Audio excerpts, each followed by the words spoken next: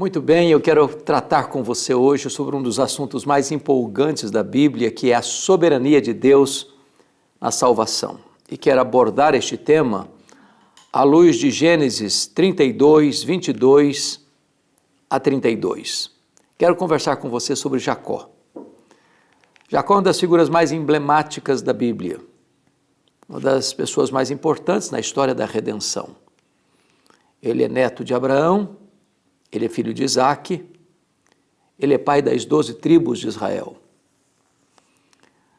Jacó é o nome mais repetido em toda a Bíblia. Nenhum personagem bíblico tem seu nome mais mencionado na Bíblia do que Jacó. Mais do que Abraão, mais do que Moisés, mais do que Davi. A Bíblia fala que Jacó, irmão gêmeo de Esaú, ele, até os 77 anos de idade, estava em casa, morando em tendas, influenciado pela mãe. Às vezes a gente pensa que quando Jacó saiu de casa, depois de ter enganado o pai, traído o irmão, ele era um jovenzinho adolescente. Não, ele tinha 77 anos. Solteiro. Por que eu posso fazer essa afirmação? É fácil de fazer contas comigo. Ele sai de Canaã, vai para Padã Arã, trabalha 14 anos por Lia e Raquel. Quando nasce José, ele sai com 77. Quando José nasce, ele tem 91 anos. Ele trabalha mais 6 anos pelos rebanhos do seu sogro, ficando, portanto, 20 anos em Padã Arã. Agora, José tem 6, ele tem 97 anos, quando acontece o episódio em Peniel, que esse texto retrata. Bom, José foi vendido para o Egito aos 17 anos. Se com 6 o Jacó tinha 97 anos, se você soma 97 com mais 11, porque José tinha 6, agora é vendido aos 17, mais 11 anos. Então, o Jacó tem 108 anos. José levou a sua família para o Egito depois de 22 anos que foi para lá. 13 anos de provações, 7 anos de governo com fartura, 2 anos de governo com fome. Então você soma 13 com 7 com 2, 22. Se Jacó tinha 108, mais 22, ele tem 130. Foi a idade com que ele foi para o Egito. Ele viveu 17 anos no Egito, morreu com 147 anos. O que eu estou querendo com estas informações? É mostrar para você que Jacó era neto de crente, filho de crente, mas ele não era crente. Até os 97 anos de idade, sempre que se referia a Deus, ele se referia ao Deus de Abraão, seu avô, e ao Deus de Isaque, seu pai, mas não como seu Deus. Muito embora ele tivesse a presença de Deus, como teve em Betel 20 anos antes, as promessas de Deus, prometendo a ele a terra, riquezas, família, retorno à sua terra, ele não tinha, de fato, ainda uma experiência de conversão. A conversão de Jacó ocorreu aos 97 anos de idade, no Val de Jaboque. E aqui, nesse texto mencionado, Gênesis 32, 22 a 32, eu quero destacar 2 grandes verdades sobre a soberania de Deus na salvação. A primeira delas é a eleição incondicional. Somos informados em Gênesis, no capítulo de número 25, que os irmãos, ao nascerem, a Esaú e Jacó, eles eram 2 nações no ventre de Rebeca. E Deus, numa inversão de prioridades, diz que o mais novo será maior do que o mais velho.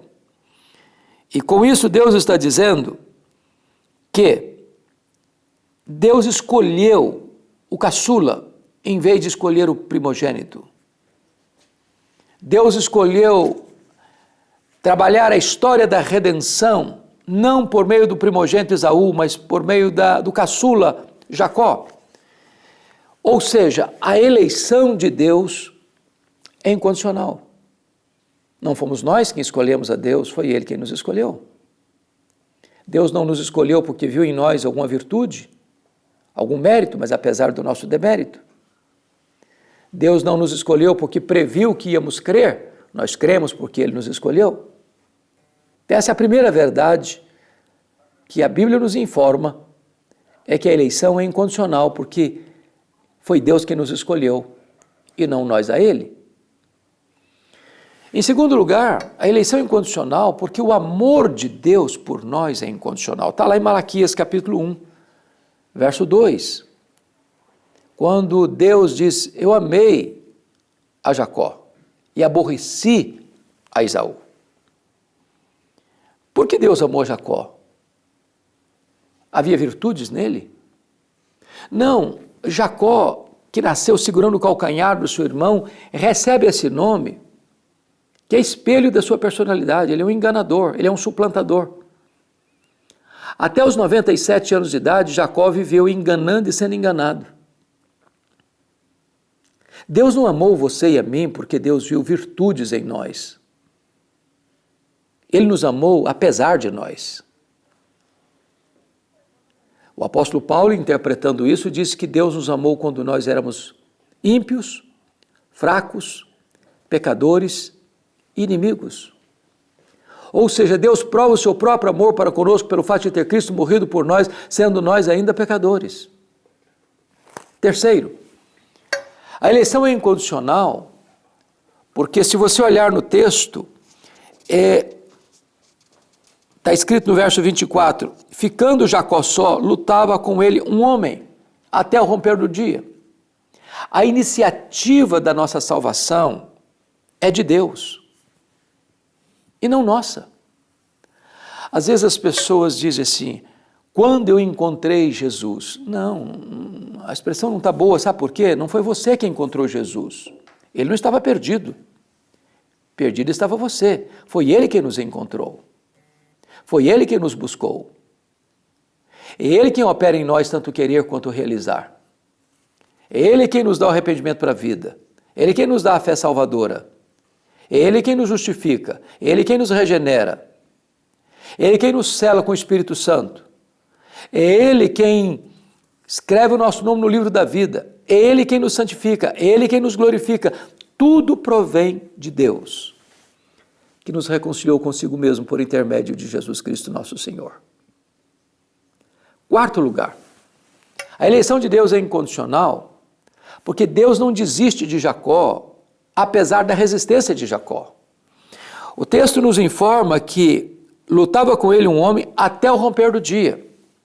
Esse homem aqui, em Oséias 12, versos 3 e 4, é chamado de o anjo. E é chamado do próprio Deus. O próprio Jacó confirma isso no versículo 30. Via Deus face a face. Ou seja, Jacó, a despeito de Deus ter começado a luta com ele, resistiu até o romper do dia, medindo força com força, poder com poder, destreza com destreza. Ele não quer mudança. Ele não quer se render. Mas Deus não desiste dele. Continua lutando com ele. Perseverantemente. Quinto lugar. Jacó, Deus feriu Jacó para não perdê-lo para sempre. Está escrito, versículo 25, vendo este que não podia com ele, tocou-lhe na articulação da coxa, deslocou-se a junta da coxa de Jacó na luta com o homem. Se preciso for, Deus irá às últimas consequências para salvar você. Quando o Senhor converteu Lídia, foi numa reunião de oração, num ambiente propício. Ela ouviu a palavra de Deus e o Espírito Santo abriu o coração dela. Mas para o carcereiro de Filipos, na mesma cidade, foi preciso que houvesse um terremoto, um abalo sísmico, que sacudiu os alicerces da prisão, para que o coração dele fosse tocado. Há pessoas que resistem, e às vezes é preciso uma enfermidade grave, um acidente grave, para os olhos serem abertos. E eu vou lhe dizer que Deus não desiste de você.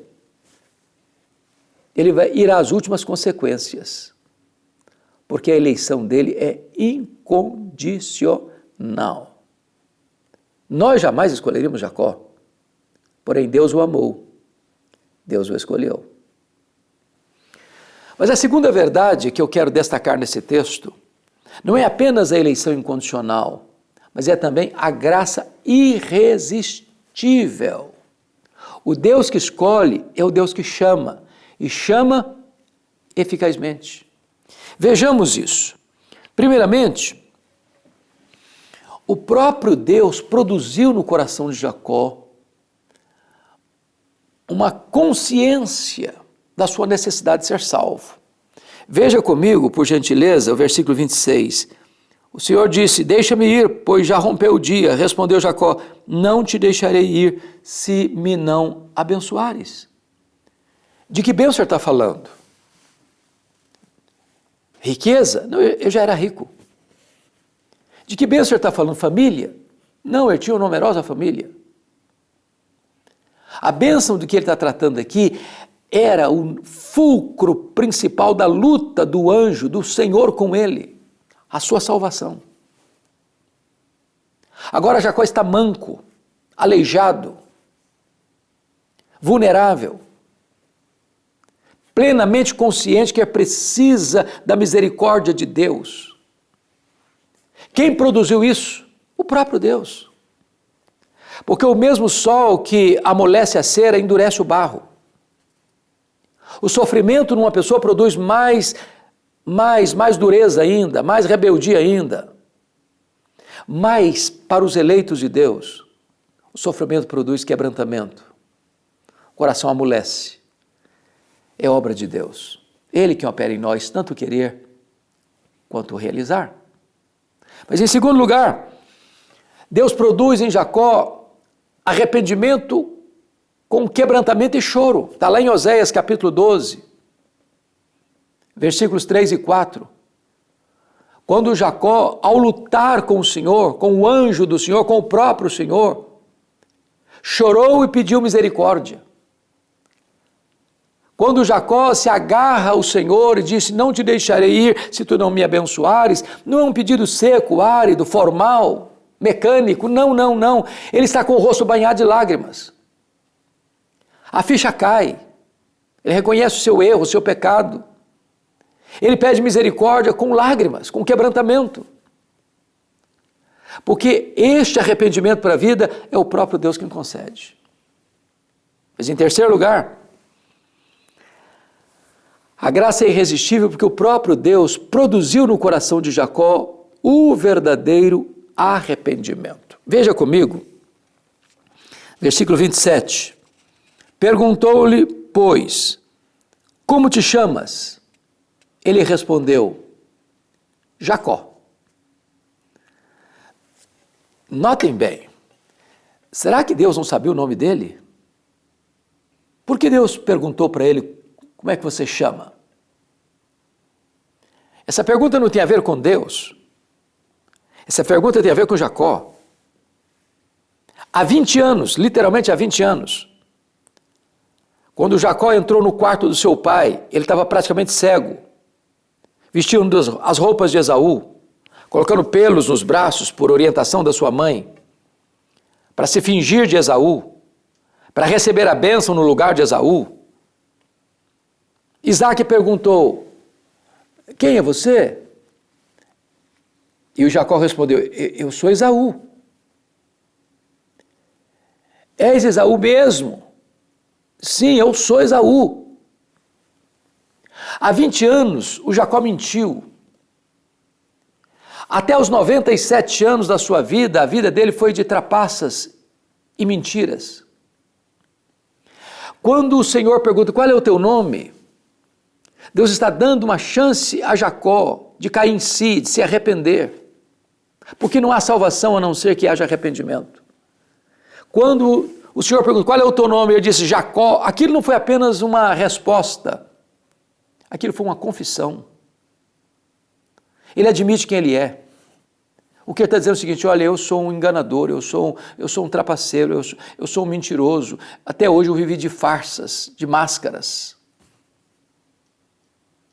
Ele se arrependeu de fato. Mas ainda, está escrito no verso 20, no verso 30, aquele lugar chamou Jacó Peniel, pois disse, vi a Deus face a face e a minha vida foi salva. Maravilhoso isso, porque agora ele está manco, mas a sua alma está livre. Fisicamente ele está aleijado, mas a alma dele está em festa. As escamas caíram dos seus olhos, ele viu a Deus face a face. Ele que era neto de crente, filho de crente, agora pode dizer, a minha vida foi salva.